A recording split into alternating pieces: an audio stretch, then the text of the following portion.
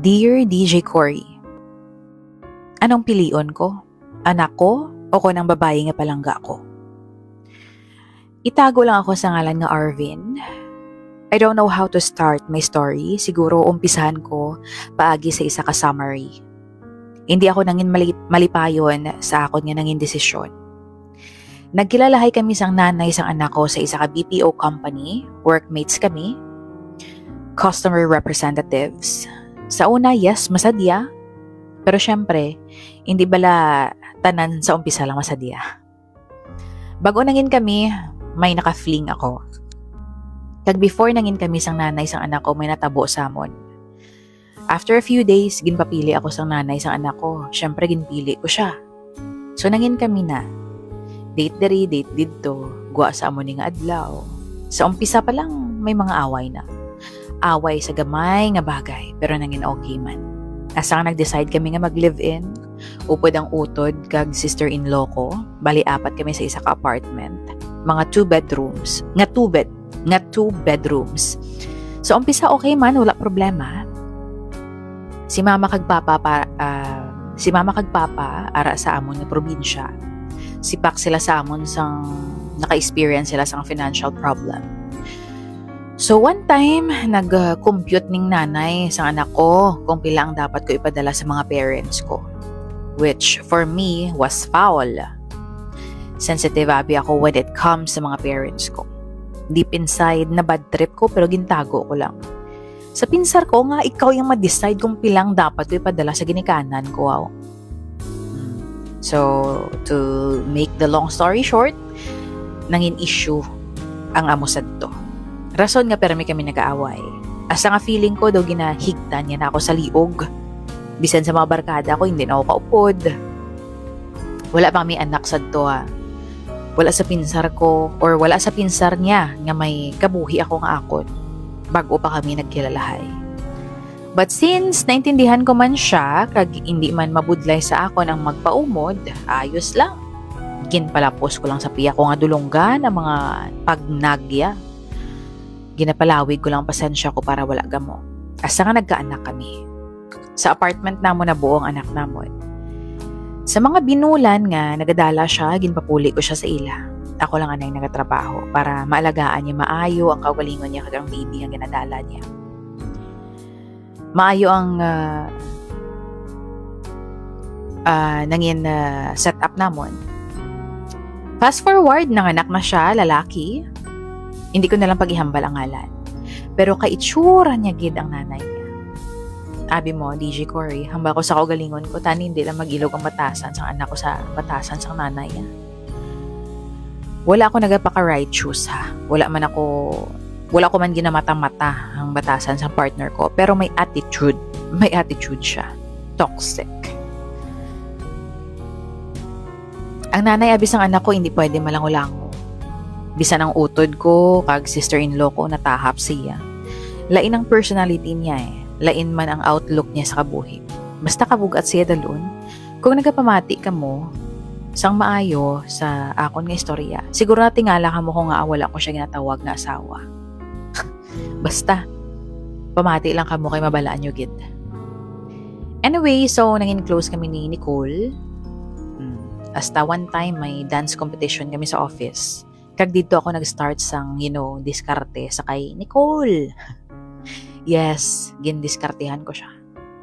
Ginamin ko nga gusto ko siya, kag yes, maluib ako nga klase sang lalaki. Pero I don't know kung maluib gid man ako. O kung base may ginapangita lang ako sa isa ka babae nga wala sa nanay sang anak ko. Sa tuod lang naging toxic na ako nga klase sang tao tungod sa partner ko. Wala kami wala kami nagakadulaan sang bagay nga pwede awayan. Basta kagamo. Hambal ko gani dapat kabalo kita magpasensya, magpatawad, magpaumod. Kaysa tuod lang hindi man ko perpekto eh. May mga sala man ako nga nahimo parehas ang mga nagabinotig ko bisiya. Like inahambalan ko siya nga overtime ako pero upod ko gali barkada ko inom. Amo lang nabi ang palusot ko nga pwede mahimo para makaginhawa ako bisan kadali lang. Toxic ka tama nga permi lang ko sa trabaho tapos pagpuli ko away lang kami. So March 23 nangin kami ni Nicole. I know nga mahambal ka mo nga, in a way, nangin kabit ko siya. Pero para sa ako, never ko siya treat nga kabit. Balaan ko nga sala ang mga bit, sala mangin two-timer, pero I can't help it but ask. Kamo nga mga babae, kamo nga may mga mister akong partner na babaidor, nagapangabit, nga hindi niyo pagpamangkutan ng kaugalingon niyo. Kamo ba lang tipos ang wife o kon partner nga nami pulian? Ina ba lang ang pagpuli sang bana o kon partner niyo, they feel at home, relaxed, safe, and in peace. Well, I know kalain sa pamatian yung pamangkot ko. And I know, nasabto niyo ako, nga ang babaidor ginaya. Bisan ano pa kabuot sa asawa? Maybe you're right, pero hindi ako totally sold out dira. Kaya nga, ang akon utod nga lalaki babaidor, chick boy sa una. Pero may kamiga sabay, pero subong, responsable na siya nga tatay kag bana. Kag nahisa ako sa iya. Kaya nakapangasawa siya sang babae nga puwerte kabuot. Do barkada lang namon. Amo na siguro nga na in love ako kay Nicole. Kaya sa iya ko nakita ang ginapangita ko sa isa ka babae. Isa ka wife material, caring, thoughtful, may humor, sa diop dun. Basta ka mag-ansang feeling ko kung upod ko siya. Kaya palangga ko gid siya. Ay, by the way, hambalon ko na lang ha. Wala ko nagapabaya sa anak ko. Bisan ka isa, wala nagbago ang pagpalangga ko. Ang naging setup namon ni Nicole, well, kung kisa may away man tungod sa nanay sang anak ko, may panagupnop siya nga kami pa. Pero sa tuod lang, sang gitsabat ako ni Nicole, ginbulagan ko na siya. Pero after 5 months, nagbalikanay kami. Tungod lang sa rason nga nahadlok ako nga ipalayo niya sa ako ng anak ko. Ako abi, pag-abot sa anak ko, mahuyang ako. I know nga nagaka-hurt si Nicole every time nga magpauli ako, every time nga ginapulian kong anak ko. Nabatsyagan ko man ang ginabatsyag niya. Hasta nakalabot kami sa diskusyon na hanungod sa pagpili. Sa ako nabi, hindi ko gusto madula si Nicole, kaya hindi ko man gusto madulang anak ko. Pero ang feelings ko para sa nanay sang anak ko, mahambal ko nga wala na. Zero. Kumbaga, nagapakisama lang ko sa iya para sa anak ko. Galing malabo na gidang amon nga relasyon. Galabot na kami sa punto nga halos magsakitanay kami. In short, we are both unhappy. Ginahambalan ko pa siya nga hindi ko gusto nga magdako ang away namon. May posibilidad nga magdako siya, nga rebelde ang anak namon kung makita niya nga gaway kami permis ang nanay. Years passed, kami man gihapon ni Nicole, pero kami man gihapon sang nanay sang anak ko. Well, liwaton ko, para na lang sa bata. Until, sa pagpuli ko, hambal ko sa kaugalingon ko, sige. Ang mga messages sa ako ni Nicole, hindi ko pag i-delete o kung i-hide.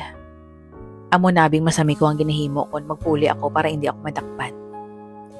Siyempre, kabit ko siya. Although para sa akin, I never treated her as such.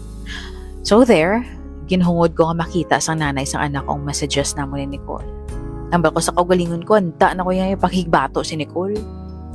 So as expected, ginkumpronta ko sa nanay sa anak ko. I thought masarangan ko ipakigbato si Nicole sa iya. Pero gingamit yang panaming ang bata namon. Hinali lang nag-blackout ko. Una nga nagsulod sa pinsar ko ang anak ko. Ang bako, wait lang. Imuon ko tanan. Hindi lang pag ipalayo sa ako ng anak ko. Sa batya, i-message mo si Nicole, hambala, makipagbulag ka na. Bisan masakit para sa akon, ginhimo ko ang pangako niya. Or ang ginapangayo niya. Si Nicole ang palangga ko. Pero palangga ko man ang anak ko. Hindi ko makayang madula siya sa akin. Naluoy ko kay Nicole kay gusto ko siya ipakigbato. Gusto ko ipabatsyag sa iyang pagpalangga ko pero hindi ko mahimo. Ang bala ko lang, sige, I will set you free. I don't want to be selfish anymore. Deserve mo palang gaon sang tao nga kaya ka palipayon kag hindi ka pagpasakitan. After sang pagbulaganay namon ni Nicole hamba ko sa kaugalingon ko, sige. Tunaan ko nga palang gaon liwat ang nanay sang anak ko. Nag-resign ako, nagpauli sa ila. Hindi ko na pag-i-mention ang lugar kag nangita sang bago nga trabaho. Pero sa paglakat sa mga inadlaw, nagadalom pagid ang pilas sa dughan ko. Nga kada gabi, si Nicole gihapon ang ara sa pinsar ko. Bisan pagkupo lang sa nanay sang anak ko, hindi ko mahimo. Nailang ako, nga daw nasawahan. Sa tuod lang, nag-text man gihapon ako kay Nicole. Bisan pabalaan ko nga wala na ako balikan. Kami sang nanay sang anak ko, away man gihapon nga away. Wala katawhayan.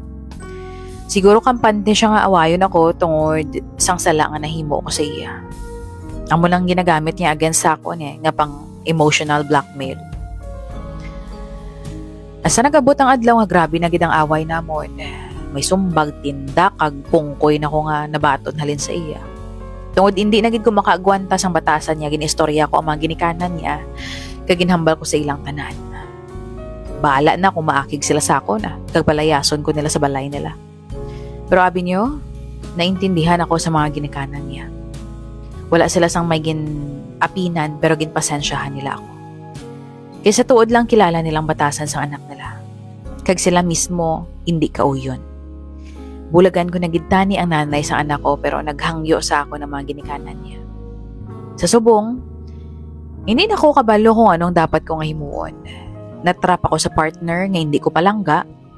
Wala na eh. Bisan ano ko kapilit. Ari ko sa tupad niya pero ang pinsar ko, kag tagipusoon ko, nabilin kay Nicole.